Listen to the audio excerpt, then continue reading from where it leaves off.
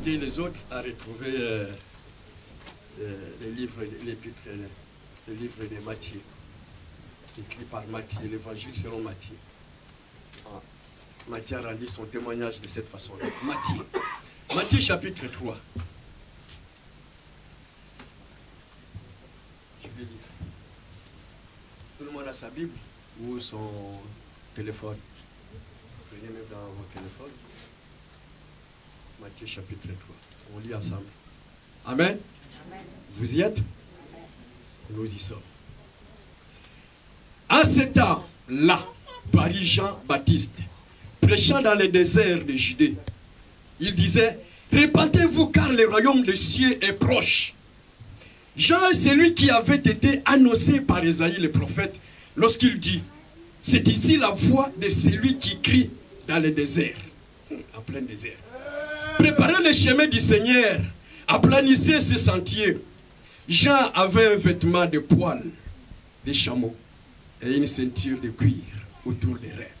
Il se nourrissait des sauterelles et des miels sauvages. Ça, c'est le prophète. C'est pas comme les prophètes d'aujourd'hui. Les habitants de Jérusalem, de toute la Judée et de tous les pays des environs du Jourdain se rendaient auprès de lui. Et confessant leurs péchés, ils se faisaient baptiser par lui dans les eaux du Jourdain.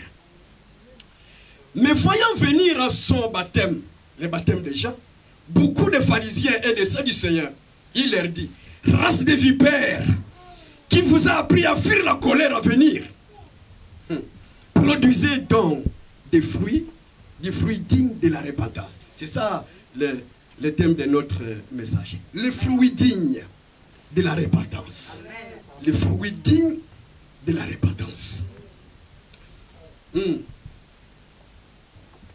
Produisez donc du fruit digne de la repentance et ne prétendez pas dire être à vous-même, nous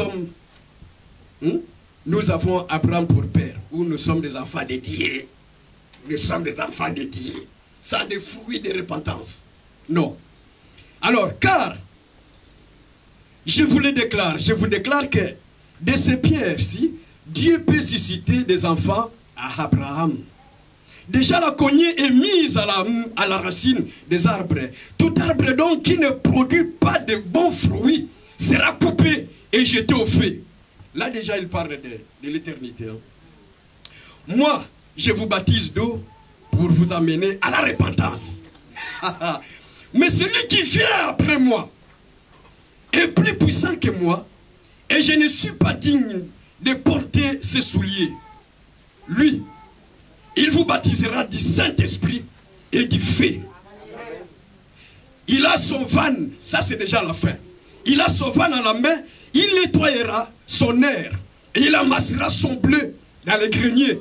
Mais il brûlera la paille dans un feu qui ne s'éteint point. Oh Jean, il a parlé du baptême jusqu'à l'enlèvement, jusqu'au dernier jour. Nous allons prier. Je te rends grâce, Seigneur, et je m'abandonne entre tes mains. Je ne te connaissais pas. Et je sais qu'un dimanche, il y a plusieurs années passées, ton amour a envahi mon cœur. Je ne savais même pas que je serais venu ici à Brest. Tu n'as même pas demandé ma volonté. Mais de toutes les façons, à la fin, c'est ta volonté qui prône toujours. C'est toujours ta volonté. Ma volonté ne fait rien. Alors je m'abandonne entre tes mains. Enseigne ton peuple que tu as attiré autour de toi. Parce que je ne suis rien. Enseigne ton peuple. Amène-nous à te connaître. Amène-nous à être avec toi. À vivre vraiment une véritable vie chrétienne. À être avec toi toujours. Quand les gens nous verront, qu'ils disent qu'ils sont comme des Christ. Oui, Seigneur. Ils sont comme des Christ. Nous voulons marcher avec toi jusqu'à la fin de nos jours. Jusqu'au jour de l'enlèvement. Que la gloire te revienne en toutes choses. Reçois la puissance, le règne, la domination. Dans le nom tout puissant de Jésus-Christ. Amen. Amen. On prend la place.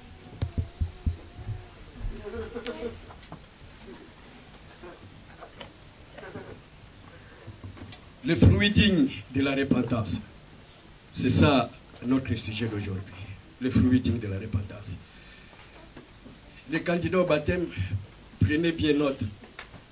Ça vous concerne aussi. On introduit notre enseignement et après le dimanche prochain, on en parlera. L'évangile de Jésus-Christ a un début.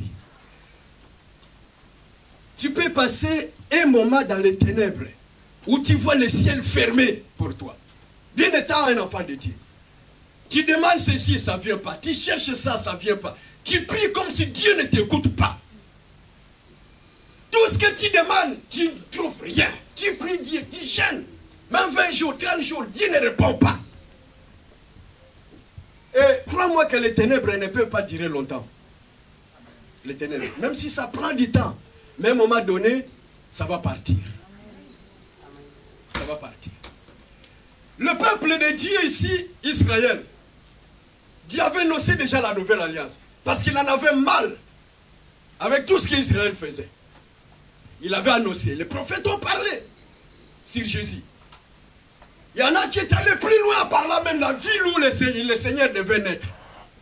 Et la Vierge sera enceinte. Elle enfantera. Et l'enfant l'appellera. Alors, le peuple qui habite dans les ténèbres verra la lumière. Ils sont allés plus loin. Mais l'Esprit de Dieu leur disait, ceci ne vous concerne pas. Mais ça concerne le peuple dans les temps à venir. Et ils se reposaient auprès de leur Père. Mais leurs paroles restaient toujours. Les paroles du Seigneur restent toujours vivantes. Les prophéties. Tout ce que Dieu parle à travers les prophètes. Mais je parle des vrais prophètes. Ce n'est pas les prophètes qui voient les serpents dans la vie des gens. Si tu as un prophète en Afrique qui t'appelle chaque fois, envoie-moi l'argent, j'ai vu ceci. Ne le fais plus. Amen. Amen. Ne le fais plus. Un prophète, c'est celui qui parle de la part du Seigneur. Et les choses s'accomplissent. Le prophète n'est pas pour un individu. Le prophète d'aujourd'hui, c'est pour l'Église. Amen. Amen. Déjà, Dieu n'a pas envoyé un prophète uniquement pour une personne ou pour Joyce. Je suis ton prophète, je fais tout pour ta vie. Ça n'existe pas. Tous les ministres sont pour l'édification de l'Église. Tous les ministres. Qu'ils soient évangélistes, prophètes, apôtres, docteurs, évangélistes, sont tous des dons pour l'Église. Il n'y a personne qui peut tirer quelqu'un à côté. Moi, je suis prophète, je vois des choses dans ta vie. Ça, c'est la parole. Tu peux avoir les dons de discernement des esprits. Tu peux voir l'esprit dans la vie. Dieu peut t'amener dans le monde spirituel et te faire voir certains esprits. Mais cela ne veut pas dire que tu es prophète. Tu peux avoir les dons de discernement. Tu peux avoir la façon de voir certaines choses spirituelles. Mais cela ne veut pas dire que tu es prophète. La parole de connaissance ne fera pas de toi prophète. Amen. Amen. Ça ne fait jamais de quelqu'un prophète. Même si tu prophétises, c'est un don tout simplement. C'est un don, ce n'est pas un ministère. C'est un don. Un don de prophétie. Esaïe avait prophétisé. Et les gens attendaient comme les Zacharie. Les Siméon plutôt. Attendaient. Ils attendaient la prophétie. Ce que Dieu avait promis à Israël. Ils attendaient toujours. La Bible dit ici, à ce moment-là, parit Jean. Pourquoi Jean parit? Parce que Dieu avait déjà promis, avait déjà parlé dans la bouche de son prophète Esaïe concernant la venue du Messie. Là, je suis la voix de celui qui crie dans le désert. Une voix qui crie dans le désert, mais qui va entendre là-bas? Je suis une voix qui crie dans le désert. Jean a pari pour préparer le chemin du Seigneur. Sachez que lorsque Marie, pas la Sainte Marie, notre sœur Marie, ce n'est pas la Vierge Marie, elle ne va pas rester vierge. Amen. Amen. Marie a enfanté et avec Joseph, ils ont continué leur mariage, ils ont eu beaucoup d'enfants. Elle ne va pas rester vierge. Déjà, une femme qui enfante n'est plus vierge. Amen. Amen. Qu'on ne vous trompe pas, elle n'est pas restée vierge. Elle a eu des enfants. Notre sœur Marie, lorsqu'elle est tombée enceinte, Élisabeth était déjà enceinte de Jean-Baptiste.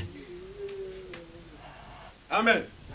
Dieu avait préparé ces événements pour que Jean-Baptiste soit le précurseur de Messie, pour qu'il annonce le Messie, qu'il introduit le Messie dans le monde. Lorsque Jean est né, il ne savait pas aussi qu'il y avait Christ là-bas. Amen. Amen. Mais ils se sont connectés le jour où Marie et Élisabeth se sont croisés. Amen. Ils se sont salués dans le ventre, dans les entrailles. Amen. Ça c'est vrai, c'est les écrits. Ils se sont connectés dans le ventre. Alors, comme cela était prévu, Jean devait venir en premier. Jean est venu. Il est sorti des entrailles de sa mère. Wow.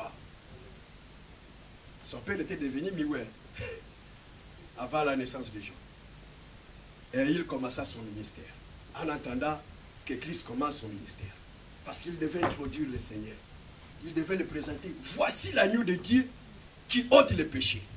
L'agneau, un homme. Ce n'est pas un animal, mais un homme. Jean le présente devant tout le monde. Voici l'agneau de Dieu qui ôte le péché. Alors les autres se posaient des questions. Mais c'est qui l'agneau de Dieu? Il a fallu que Jean commence déjà à planifier le chemin. Selon la prophétie. Il est apparu. La lumière est apparue. Jean commence à parler. Répandez-vous, écoutez le message. Il était terrible, Jean. Jusqu'à ce qu'il a été décapité. Il était vraiment terrible. Sans pitié dans son message. Jusqu'au devant le roi, devant le gouverneur, il parlait. Tu as pris la femme d'autrui. Tu as pris la femme de ton frère. Il faut la laisser. Amen. Aujourd'hui, peu à peu, on en parle. Si tu parles comme ça, les gens quittent l'église. Hein?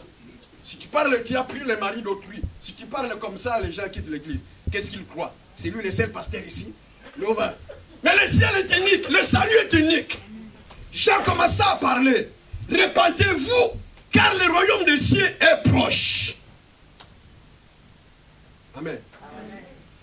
Et quand il prêchait, il parlait, c'est une voix qui criait dans le désert. Au fait, il était juste une voix qui a pris un corps. Un Dieu qui a pris un corps de Jean-Baptiste, mais la voix n'était pas Jean-Baptiste, mais c'était une voix. Lorsqu'on venait lui demander, mais qui es-tu qui t'a envoyé? Es-tu prophète? Il disait non, je suis juste la voix. Et Jésus étant venu, il a parlé de lui, il a dit, parmi les prophètes, parmi les hommes qui sont nés de femmes, il n'y a pas un homme qui soit aussi plus puissant que Jean. Amen. Et Jésus le qualifie, il était plus qu'un prophète. Jean, plus qu'un prophète. Voici son évangile, comment ça commence.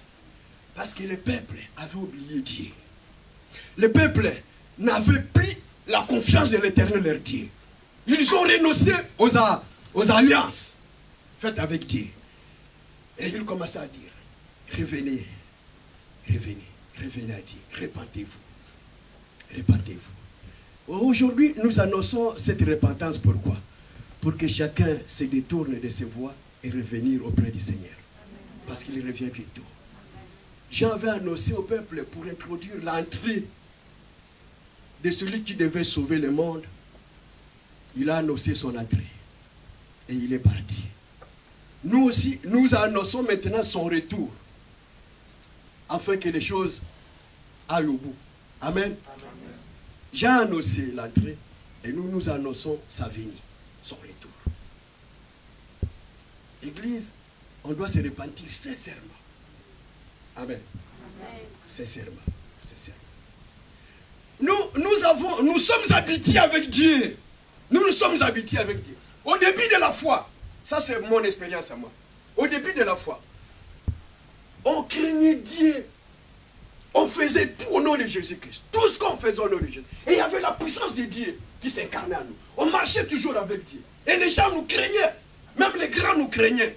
Même nos professeurs aussi nous craignaient. Pourquoi? Parce qu'on avait Dieu avec nous. Jésus-Christ était avec nous. On était devenu le temple par excellence où Dieu habite. Mais à un moment donné, on s'habitue avec Dieu. On s'habitue. Et on dit ça passe. Parce que la connaissance aussi enfle la connaissance.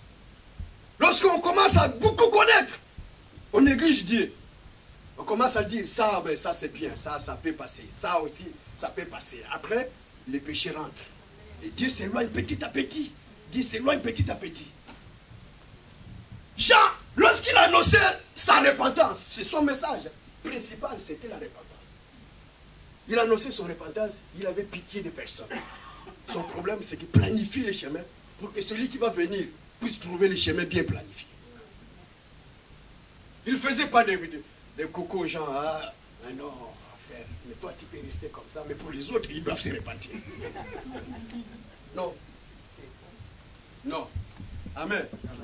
Parce que tu fais du bien au pasteur? Non, ça n'a rien à voir avec ça. Tu peux amener tout au pasteur, tu peux apprendre tout, tu donnes au pasteur. Ça n'a rien à voir. Même moi, si tu me donnes, même tu me donnes beaucoup d'argent, et je ne vais pas changer. Je vais t'aider à aller au ciel. Si tu continues à pécher, je vais t'aider à aller au ciel. Ou sinon, je lave mes mains, comme Pilate. Cette affaire, moi, je ne suis plus là. Tes péchés, garde-les. Garde-les. Garde tes péchés. Parce que les gens se sont habitués avec l'église, se sont habitués avec les hommes qui prêchent l'évangile, se sont habitués avec le Seigneur. Le Seigneur est devenu comme un petit de course et le Saint-Esprit, on m'a au nom du Saint-Esprit. L'Esprit m'a dit, le Saint-Esprit m'a dit. Le Seigneur a dit, tout péché commis contre le Fils de l'homme sera pardonné. Mais le péché commis contre le Saint-Esprit ne sera pas pardonné, ni sur la terre, ni au ciel. Lorsqu'il est déjà esprit qui rentre dans le corps de l'homme, qui s'assoit. Ce n'est plus le cas. Amen. Ce n'est plus le cas. Jean, il était terrible. Et dans son message, quand il prêchait, il n'y avait pas de miracle dans l'évangile de Jean. Jean-Baptiste, il n'y avait pas de miracle. On n'a pas vu les boiter, sauter. Non. Non, il n'y avait pas de guérison, il n'y avait rien. Mais il y avait la repentance. Les gens accouraient de partout, de toutes les villes, et venaient, se faisaient baptiser. Se faisait baptiser au Jourdain. Et il a vu aussi les docteurs de loi, les sadducéens, les pharisiens venir. Jean, moi aussi, je vais être baptisé. Quand Jean vu ça, il dit, non, qui vous a dit de fuir la colère à venir? Les sadducéens et les pharisiens, c'est ceux qui connaissaient la loi. C'est ceux qui entraînaient aussi le peuple dans l'erreur. Malgré la connaissance de la loi qu'ils avaient, Moïse, il avait Moïse. Mais ils conduisaient le peuple dans les erreurs. Ils avaient la loi de Moïse. C'est eux qui le lisaient chaque fois dans les synagogues. Mais ils étaient là pour conduire aussi les gens en erreur. Au lieu de connaître Dieu, ils les amènent à faire autre chose. Alors, Jean cria, qui vous a appris à fuir la colère de Dieu? La colère à venir. Mais à tout ça, bien que vous allez être baptisés. Je veux voir le fruit digne de la repentance en vous. Le fruit digne de la repentance. Nous, quand on allait... Je commence la repentance qu'on faisait quand j'étais catholique. On était les petits enfants, on venait. Bon, comme on voulait manger la communion le dimanche ou le samedi soir, on doit aller chez le prêtre pour faire la confession. Et on appelait ça la confession, ce n'est pas la repentance. La confession. On va chez le prêtre, lui il est là-bas derrière, toi tu viens ici. Eh, mon père, tu lui dis, mon père, j'ai péché, qu'est-ce que tu as fait? Tu commences à citer même des choses que tu n'as pas fait. Ça c'est moi, je vous l'ai dit. On cite des choses qu'on n'a pas fait. J'ai fait ceci, j'ai fait cela. Après, il te dit, bon, que le Seigneur te pardonne, mon fils. Il fait ça. Et il te donne des prières. Je te salue Marie, tu fais la 20 fois. Notre Père qui est soucié, tu fais la 15 fois. Des prières comme ça. Tu vas quelque part dans l'église au bas, les bâtiteurs. Mais ça faisait rien parce que le dimanche, tu viens, tu prends même 2 fois les communions. On le faisait comme ça. Mais alors, lorsqu'on a rencontré Jésus-Christ, qu'est-ce qui s'est passé? Ces jours-là, mais je m'en souviens toujours, c'était à Bandal, à plein air, les cultes en plein air. Ça, j'ai rigolé. Tellement que je venais de 14, on m'a amené là-bas, j'ai dit, mais on ne peut jamais faire un culte en plein air. Est-ce que Dieu peut se retrouver ici? Mais c'est là où il m'a parlé. Et lorsque son amour a envahi le cœur de l'homme, Dieu vient dans le cœur de l'homme te chercher. Tu seras brisé, frère. Peu importe ton orgueil, peu importe ta force, si l'amour de Christ arrive dans ton cœur, tu seras brisé. Amen. Même si tu avais un cœur de roc, ça sera brisé parce que le vrai rocher tombe sur toi, qui te brise. C'est C'est sa parole qui vient, son amour rentre dans ton cœur. Rentre, tu ouvres seulement la porte, il rentre. Il dit je t'aime. Tu es brisé, totalement brisé. Et c'est là où on commençait à confesser. Le Saint-Esprit te rappelle ce que tu faisais. Amen. Et lorsqu'on fait ces choses, on les abandonne.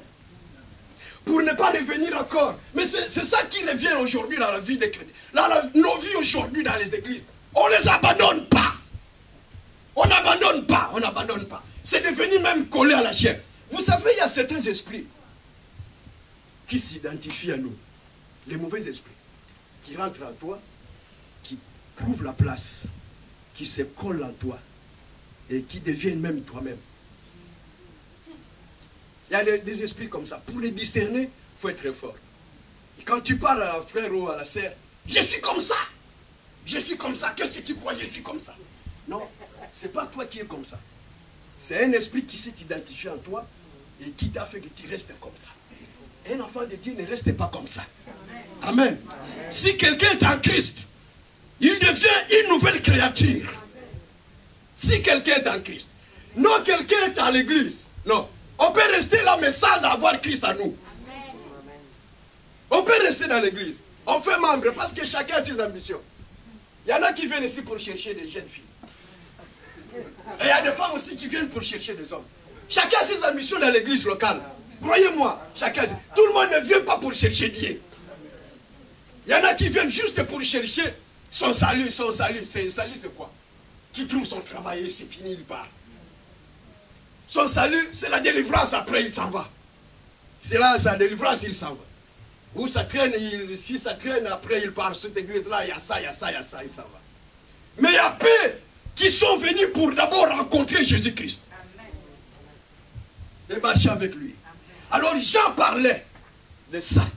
Produisez des fruits dignes de la repentance. Qu'on trouve cela que vous vous êtes convertis.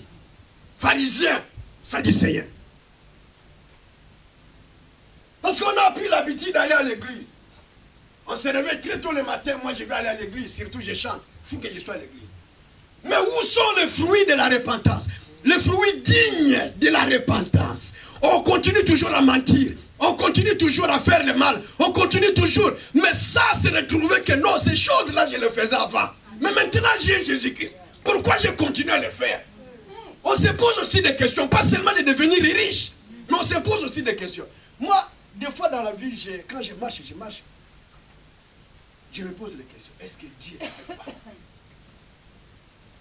Je me dis, est-ce que vraiment Dieu est avec moi? Dans tout ça, est-ce que vraiment Dieu est avec moi? À la fin, ça sera comment? Je peux faire des parcours. Au nom de Dieu, mais Dieu n'est pas là. Quelle sera ma fin? Voyez, on se pose des questions, on se remet en cause. On retrouve que certaines habitudes sont revenues et se sont installées dans nos vies. Tout ce que j'avais vomi, je commence à le voir encore dans ma vie.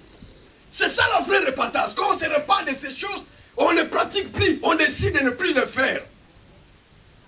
Lorsque Jésus guérissait certaines personnes, il disait, voilà que tu as été guéri de ta maladie.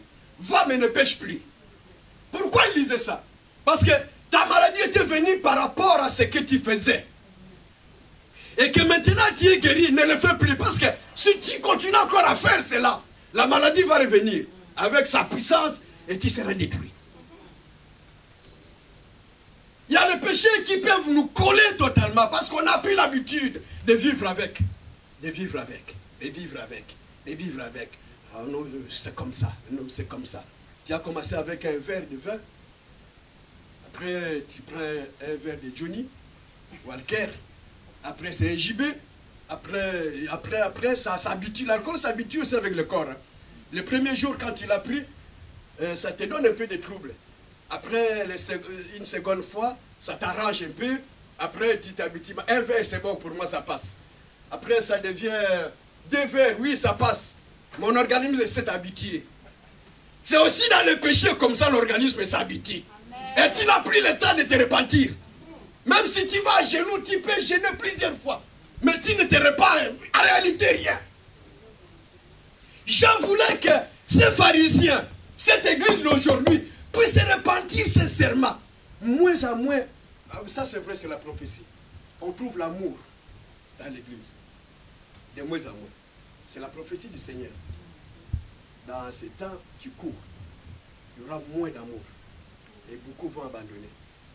Ceux qui vont persévérer jusqu'à la fin seront sauvés. Ah, seront sauvés.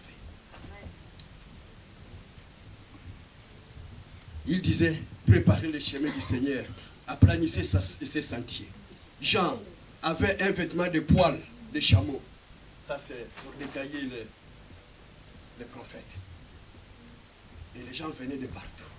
Qu'est-ce qu'il disait encore? Verset 7. Mais voyant venir à son baptême, beaucoup de pharisiens et de sadducéens, il leur dit, race de vipères. Aujourd'hui c'est un gros mot. Hein? Race de vipères. Quelqu'un peut être une race de vipères. La méchanceté. Enfin, la méchanceté, la malice. Tout ce qui peut qualifier les serpents, tu te retrouves dedans. La vipère, tu ne peux pas des fois la voir. Hein? Mais elle te jette ce venin. En passant, les serpents c'est comme ça. Les serpents malins. Sauf les mambas qui poursuivent les gens comme ça. Mais les serpents qui sont malins, ils te piquent, paf, ils retirent. Quand tu vas chercher ici, il s'en va déjà. C'est comme ça, il s'en va. Alors tu vas chercher comment faire sortir ce venin, il est déjà parti. Dieu ne veut pas qu'on soit comme des serpents. Amen. Les serpents déjà ne changent pas sa peau. Les serpents ne se transforment pas. Juste les écailles, la peau, hein, à la peau s'enlève un peu. Mais il ne se transforme pas, il reste toujours vipère. Avec ses venins. En revanche, la chenille change et devient un papillon. Amen. Amen. Amen. Jean voulait qu'on produise des fruits dignes de la repentance. Digne. Tu deviens un papillon, tu t'envoles. Mais pas un serpent. Le serpent a une peau douce. Moi, je vois les gens caresser des serpents. Mais vous oubliez que ces venins sont très morts. Même si tu cherches à les tuer, mais c'est déjà trop tard. Tu restes avec le venin. Amen. Les fruits dignes de la repentance. Lorsqu'on reconnaît un péché, on l'abandonne. Moi, souvent, je me mets un peu à l'écart. Lorsque les gens ont fait la prière de repentance générale, tout le monde prie. Seigneur, pardonne-moi. Seigneur, pardonne-moi. J'ai essayé d'entendre aussi certaines prières que Dieu me pardonne. J'ai dit, ça, c'est des prières vagues. Franchement. À l'église, moi j'ai essayé d'entendre certaines prières. Moi j'ai dit ça c'est des prières vagues. C'est vague, c'est pas venu au fond du cœur. C'est juste des paroles parce qu'il doit aussi parler. Ce sont des prières qui s'envolent comme ça. Mais la prière du cœur, il y a des hommes qui sont rentrés dans le temple au temps de Jésus-Christ. Des hommes. Un sadducéen et un collecteur d'impôts. Le sadducéen arrive dans la salle, il lève ses mains. Oh Dieu, tu sais, je paye ma dîme. Je jeûne tous les jours, 2 fois par semaine. Je fais ceci, je fais cela. Dieu! Et le collecteur d'impôts, il ne pouvait même pas lever ses mains. Il s'est mis là-bas. Seigneur, tu sais que je suis un pécheur. Aie pitié de moi.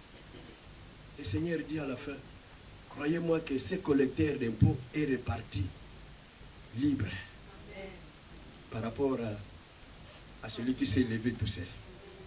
Il y a des prières qui ne viennent pas au fond du cœur. Tu sais toi-même que tu ne feras pas ça. Tu ne le feras pas. Jean crie. Aujourd'hui dans nos églises, on crie, on crie, on crie. Mais on voit toujours les mêmes choses revenir. Est-ce qu'on se pose des questions? Est-ce que cet évangile que nous prêchons trouve-t-il la place dans le cœur de l'homme? Ou ça s'envole? C'est pourquoi le Seigneur donne cette parabole de semeur. Un homme qui sortit, il jetait la semence. Une semence tomba au bord des routes. Et les oiseaux sont venus. Ils ont pris. Une semence tomba sur les épines, une autre tomba sur les rocs, une autre tomba sur la bonne terre. Il y a la bonne terre, où lorsque cette bonne terre entend de la parole, la semence de Dieu, qui est la semence, ça, elle regarde, elle garde cette parole. Et cette parole va produire, comme c'est une semence, ça doit toujours produire quelque chose, la parole du Seigneur. Alors, la semence qui tombe au long du chemin, ça ne peut pas avancer. Pourquoi? Parce que tu as déjà tes pensées ailleurs. Cette parole, cette semence même, comme maintenant, quand ça vient, ça rencontre tes pensées. Ça ne rentre pas dans ton cœur. Parce que tes pensées sont déjà ailleurs. Et l'ennemi vient, en sortant d'ici, l'ennemi vient, il vole toutes ces paroles. Il te laisse comme ça, reste comme ça. Et tu commences à continuer ta vie, normalement. Les paroles qui tombent, la semence qui tombe dans les rochers, c'est aussi, ça peut sortir. Mais dans les rocs, il n'y aura pas de racines. Il n'y aura pas de racines. Pourquoi? Parce que c'est plein de soucis de vie, de convoitises, des mensonges et tout. La parole ne peut pas germer. La semence ne peut pas germer. Ça, ce n'est pas la faute de l'ennemi, c'est toi-même. Parce que dans ton cœur, tu as emmagasiné beaucoup de choses pleines de convoitises de ce monde, pleines dans ton cœur. La semence de Dieu ne peut pas germer. Ça ne peut pas produire de fruits. On nous demande de produire le fruit. Est-ce qu'on peut nous appeler aussi comme ça? Que ce sont des Christ, ce sont des chrétiens. Est-ce qu'on peut vous appeler? Est-ce que les saints, on ne parle pas du Saint-Esprit, est-ce que les démons peuvent voir Jésus-Christ en toi? Aujourd'hui, les démons peuvent te regarder comme ça. Un sorcier te regarde. Il dit, ah là non, c'est là, il y a la puissance du Saint-Esprit dans sa vie. On ne peut pas la toucher. Or aujourd'hui, ce n'est plus le cas dans l'église. Hein. Tout le monde a peur des sorciers. C'est-à-dire, il n'y a plus la vie de Christ à nous. Hein? C'est-à-dire qu'il n'y a pas la vie de Christ à nous. Or, c'est les sorciers qui devront en réalité avoir peur de nous. S'ils arrivent à s'introduire au milieu de nous, ils se sentiront mal à l'aise et ils finiront par partir. Amen. La vraie repentance doit produire des fruits. On doit sentir que cet homme a changé.